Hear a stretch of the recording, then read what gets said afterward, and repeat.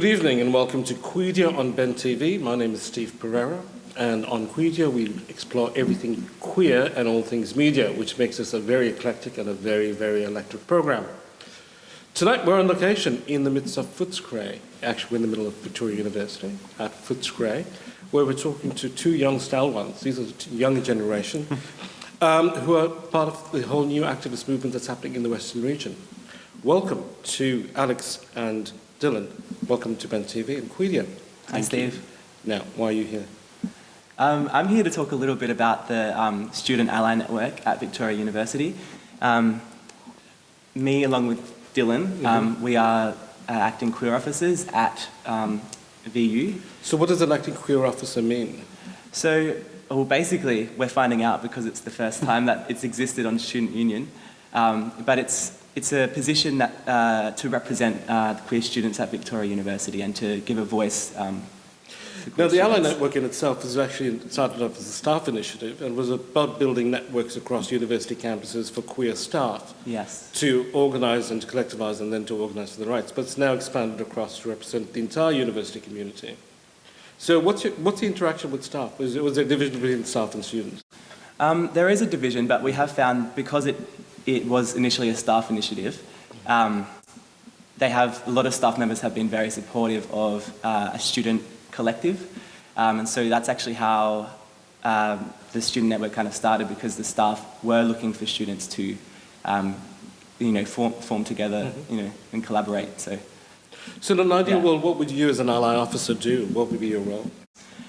Probably more of a facilitator, really, just like any initiative that queer students want to do. Hopefully I could be there to help that happen within the university. Yeah. And so are you also an advocacy for students who come under grief or are being troubled? So if I'm a queer student and I come onto campus, I'm all alone, how would I find you?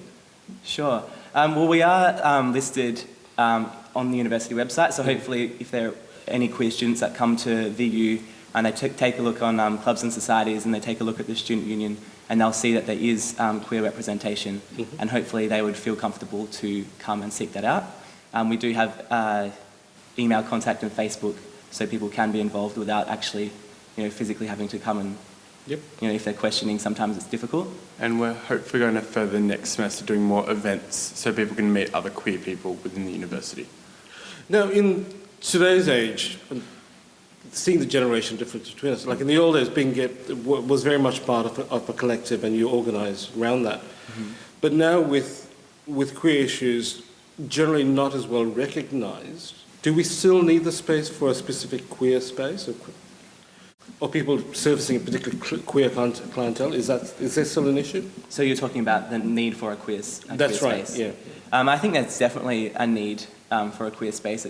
I think a lot of the problems probably that affected youth in your day, queer youth in your day, still... I'm trying not to feel very ancient here, but thank you. Sorry. I think they're still in existence. And I definitely know a lot of people that do struggle a lot with their sexuality, even though it's a lot more open in our society now. There's still a lot of mental health issues, and especially people that are around high school age and university age. Yeah. And I think the space is great on the point of it's a support system for everyone involved in the space. So if you do not feel comfortable with an issue, you could address someone else who may have gone through the same thing.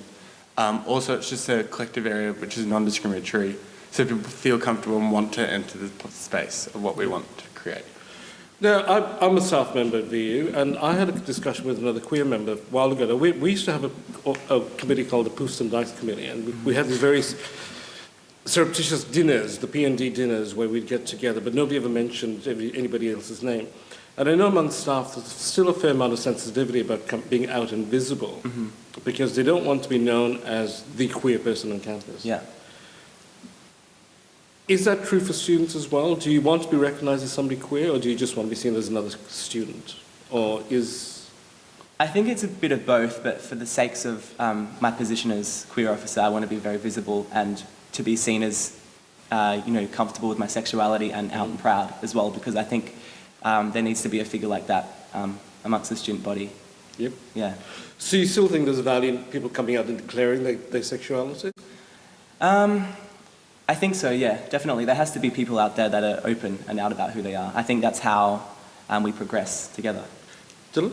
I'm the same boat as Alex. I agree that the coming out process and announcing yourself, I guess, can be a positive experience for most people, and that it's good to have those people who are out, say, at university and in positions like Alex and I, because then others can come to us who may not be out and come seek guidance, advice, and just speak to us in general. So is that what you tell somebody who's debating coming out, whether or not they should come out or whether or not they should... I mean, they're leading fully functioning gay lives, but they're just not out, so people don't say it, recognize them. No, it's a very individual and personal thing. So I definitely wouldn't give any advice to somebody that's going through a hard time with it, and I wouldn't push anything on them. I wouldn't say that you have to come out. I think it's a journey for everybody, and if somebody is comfortable, living their life how it is, then I wouldn't change that. Yeah. Does in my day, in the olden days, around with the cartwheels and everything else, the idea of the personal being political, was very much fundamental to who we were. That you couldn't actually divorce yourself from being a political person just because of the nature, because every part of you is part of a political system, and so.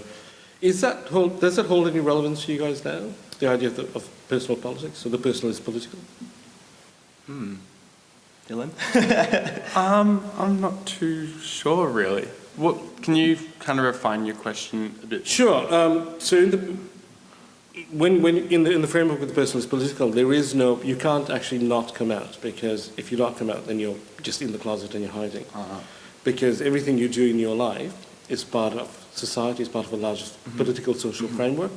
And so you can't really claim to say this is my private business, because you have no private business.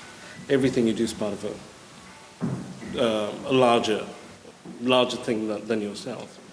And that's a very simplistic explanation of the business. But essentially it's saying that everybody has responsibility. I personally think that amongst our generation, people need to become more political. I think people are to an extent, but I think maybe there's a loss of that sense of collective unity in who you are, and the sense that you're in a community even. So I think that's something that may be a little bit lacking, but I think maybe because there's so many different things out there these days, I don't know. I feel like there needs to be more of a sense of community, and it needs to be more political, I think. Yeah. Especially if we want to create change, Absolutely. Yeah. We need to politicise change. Yeah. Thank you very much we're going to come back again and talk about the video, but thank you very much for coming on tonight, and we'll be back shortly. You're watching Steve Pereira on Quedia on Ben TV with Dylan and Alex. Thanks for watching.